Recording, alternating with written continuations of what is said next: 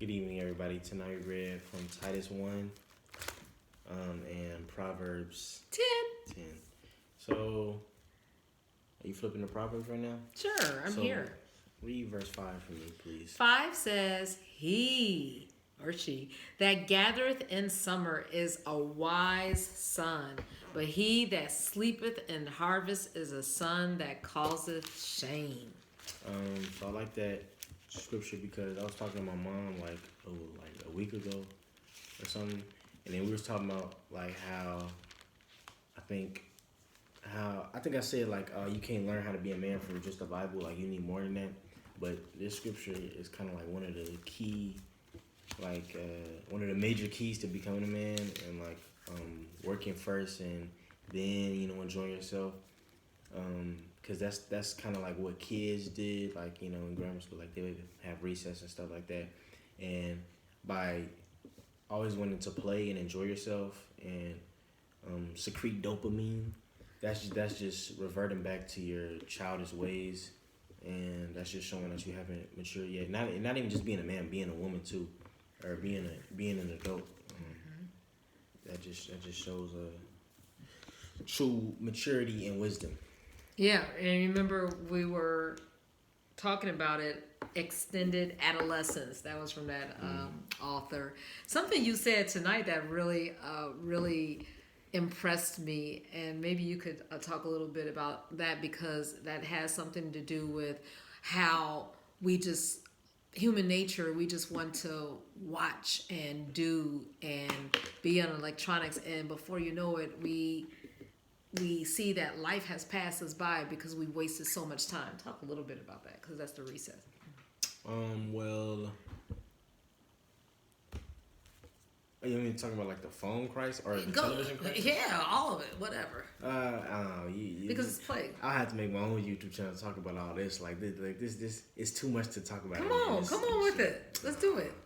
I mean, like we're like television is kind of like it's a form of entertainment, but it's kind of a toxic form of entertainment, meaning that like it feels good to watch it for the time being and see these other people's lives and how interesting a fictional character can be, but we spend all that time doing that, forgetting that we have our own lives to live, and we get trapped and sucked up in this vacuum of constant entertainment and choosing what we want to see, forgetting that there's a whole life in front of us that we need to live. We have our own lives to change, and it's kind of selfish of us to just spend all that time in front of that screen and being a mini tyrant for ourselves. And I said that the only way that I would probably ever watch television, a show, as far as something that's fictional, because I can't remember the last time I watched a program that was based on characters and they weren't real, probably back in the 90s. But I myself think that that's almost like nursing home activity, where if I'm paralyzed and I have no way to pick up a book, right, where I can't use my hands and I just have to be lying down, okay, well then yeah, you could put a TV in front of me and I'll watch it and be entertained. But while I have activity of my limbs, I'm able to move. And the reason why I'm so energetic is because probably 10 hours ago, 12 hours overnight, I was sick as a dog. I couldn't move. My stomach, I was releasing north, south, east, west. So use your imagination. And I don't know, some of the nurse said it was food poisoning. But when you have your health, when you have your strength, you want to be able to do what God would have you to do. And wasting 6 hours, you said, is average watching television. I can't believe that. That's kind of a lot. I don't believe it's that many hours. But if that's the case, I know I would feel depressed and not be able to get out and do or read or pray or something or be creative. So yeah, this is all about becoming a man, but the Lord will show you.